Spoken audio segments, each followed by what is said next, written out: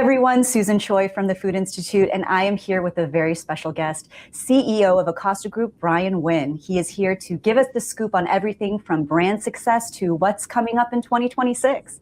Brian, thanks so much for joining me. Hi, Susan. It's great to be with you today. I'm really looking forward to our discussion. It's a pleasure having you. Okay, let's get right into it. You know, last year was a complicated one for the industry and for Acosta Group partners. What is your outlook on 2026, Brian, and what makes you so confident that the momentum is shifting? Yeah, well, 2025 was a complicated year in the marketplace. For Acosta Group, it was a really good year.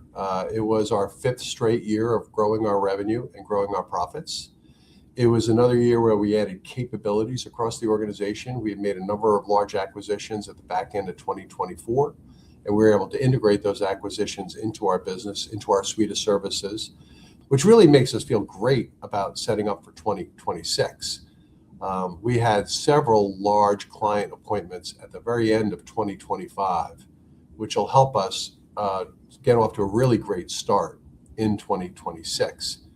And as I think about 2026 for Acosta Group, one of the things that really excites me is how we'll be able to shift some of our time and attention that in 2025 we spent on things like integrations and acquisitions and things like that. And really in 2026, we're going to focus on innovation, and notably within that, technology innovation. So you can expect from Acosta Group in 2026 to continue to invest in talent, which we've been doing for 5 straight years. But we're going to start to pivot a lot of our technology spend from integration spending into innovation spending, and really trying to figure out and look around the corner, which is what we were talking about just earlier about going to events like CES are important because you get to see what's around the corner in emerging technology. So I'm really jazzed up about coming out of 2025 with the continued momentum that we've had for the last few years, and really about pivoting some of our focus toward innovation and investments in technology. Brian, I love what you said about innovation spending. I think that's really insightful. Moving on to differences, what is fundamentally different about where Acosta Group is right now compared to this time last year? This time last year, we were just coming out of several large acquisitions, right? And so that had us focusing a fair amount of attention on trying to bring those acquisitions into the Acosta Group. And all of the teammates, we brought on 25,000 new teammates last year. And so we had to, weave all of them into the fabric of the company and welcome them to the Acosta family. But this year, as we move into 2026, we don't have some of those distractions upon us. Right now, we're really focused on driving innovative solutions for our clients. I think we're well positioned through the investments we've made, not just this past year, but over the last 5 years, around building out a suite of services that we believe truly create a one-of-one ecosystem for Acosta Group. We are able to provide services for emerging brand owners, entrepreneurs, to help launch their brand into the world, as well as large, iconic global brands who are looking to unlock the next chapter of growth. And doing that all within the great confines of some of the world's greatest retailers.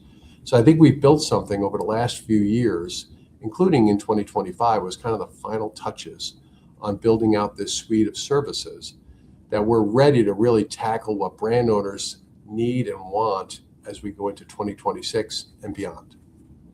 Let's shift into talking about brands. Brands have more choices today than ever before. Why do you believe that Acosta Group is more essential than ever to the success of brands?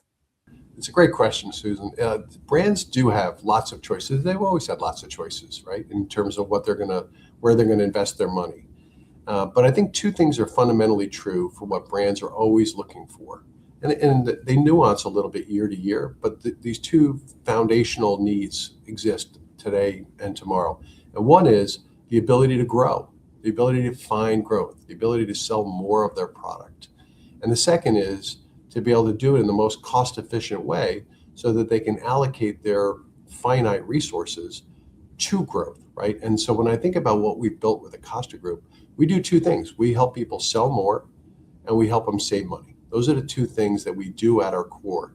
Now, we do that in a lot of different service types across a couple of different agencies, and we do it from channel to channel and large brand to small brand, but we help brands grow.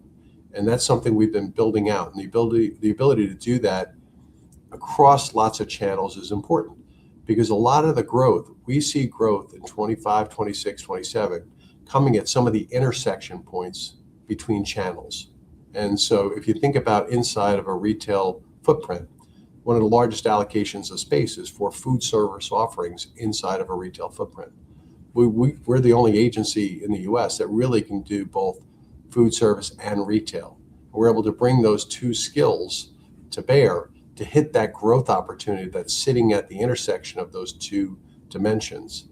And so we feel really good about our ability to drive growth. And that's what brands need. They need to sell more of their product to more consumers in more occasions. And we can do that throughout our agencies.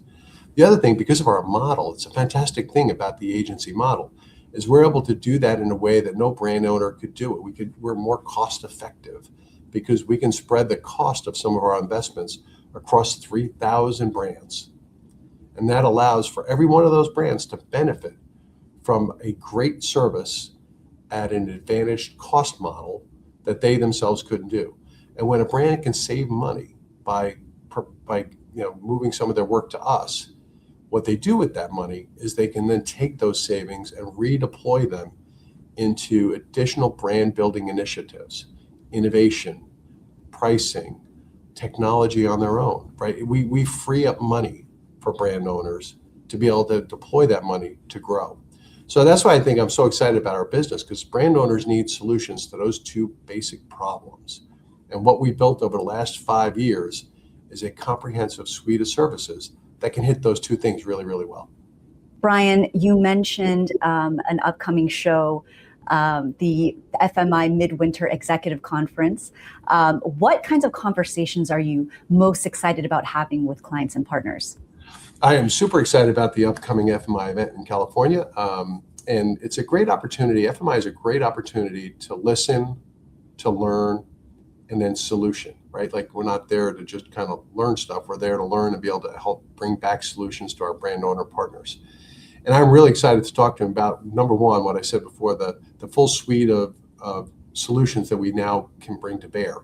That, go back just a couple of years ago, we didn't have that full suite, but today we do.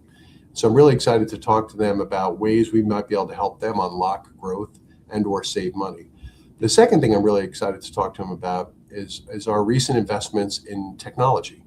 We have made, in the back part of 25 into early 26, a number of significant investments in AI and AI partners.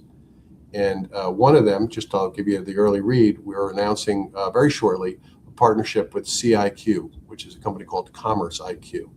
And they have an amazing platform that takes disaggregated data and insights and pulls that together into a really efficient, time-bound set of dashboards that allow us and our brand owners to action the insight versus trying to understand the insight.